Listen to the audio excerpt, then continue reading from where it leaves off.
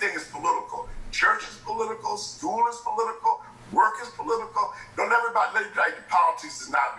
Politics is always involved.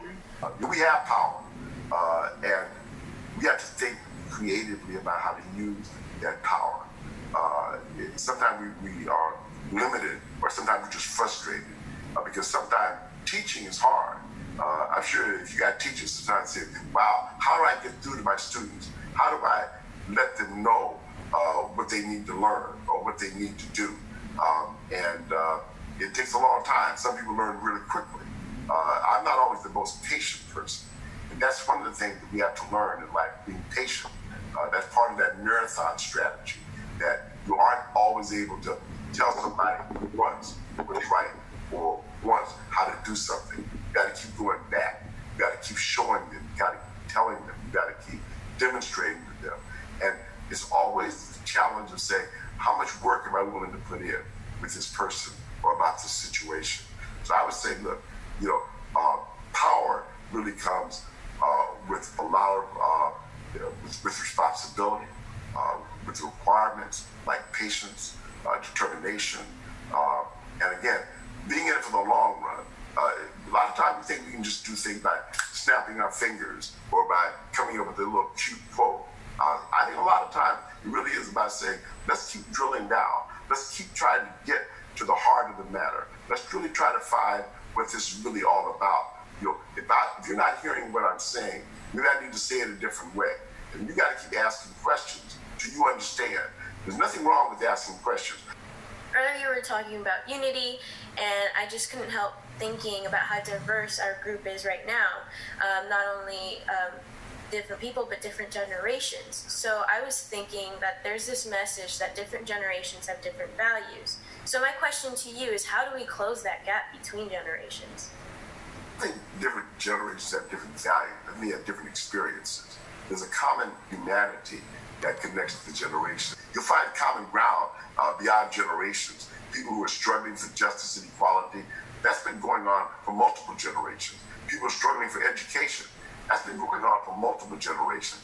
We're not as different as sometimes we think we are. Sometimes we find ways to divide ourselves, whether it's by ethnicity, culture, or language, or gender identification. And you say, look, what do we have in common? Let's find those common things that unite us rather than those few things that divide us. And I think generationality is one of them. I guess we all have struggles that we're a part of and the issues that we really care about. How do we choose the ones that we really want to be passionate and fight for in those types of situations?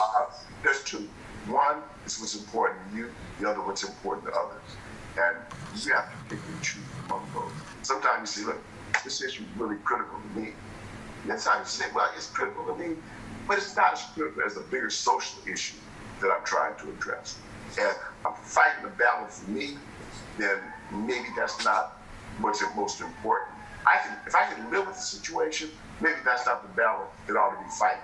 Maybe there's a situation that I don't think others can live with, and that I really need to be fighting for somebody else besides myself. If somebody's starving, but I got enough to eat, then I think we argue about whether I'm having a chili dog or just a hot dog with relish and mustard is not really a big argument. If somebody else doesn't have any food at all. So I have to really kind of look at the issue and figure out, is this issue bigger than I am? If it's bigger than you are, stop fighting for yourself, start fighting for somebody else. If this issue includes you, but it also affects other people, then you're not just fighting for yourself, then you're fighting for what's important to you. So you got to make that determination on everything in life. How important is education? How important is that I get educated? Well, I can't teach what I don't know.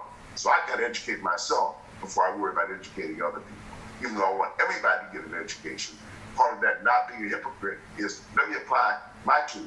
Let me figure out how I can maximize my mind before I start figuring out how to tell other people what's right, or what's wrong, or what's good, or what's bad.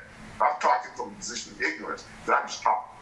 You're part of a family, and a family has strength because a family works together, a family plays together, a family learns from each other, and a family grows. And that's what's really critical. Growth is important, learning is important, working together is important. So when we're sharing the experience we had today, I hope it has some meaning for you. It wasn't just an hour of your time that you spent doing something, but really thinking about not only what I'm saying, but what each of you is saying to each other.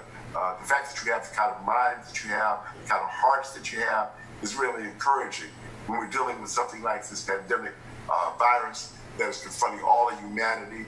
The fact that we can find a way to take this time to work together and be together, as opposed to being isolated, being in a silo, is part of what life is. Really, the life lesson is working together. We can make a change, and that's what I'm committed to.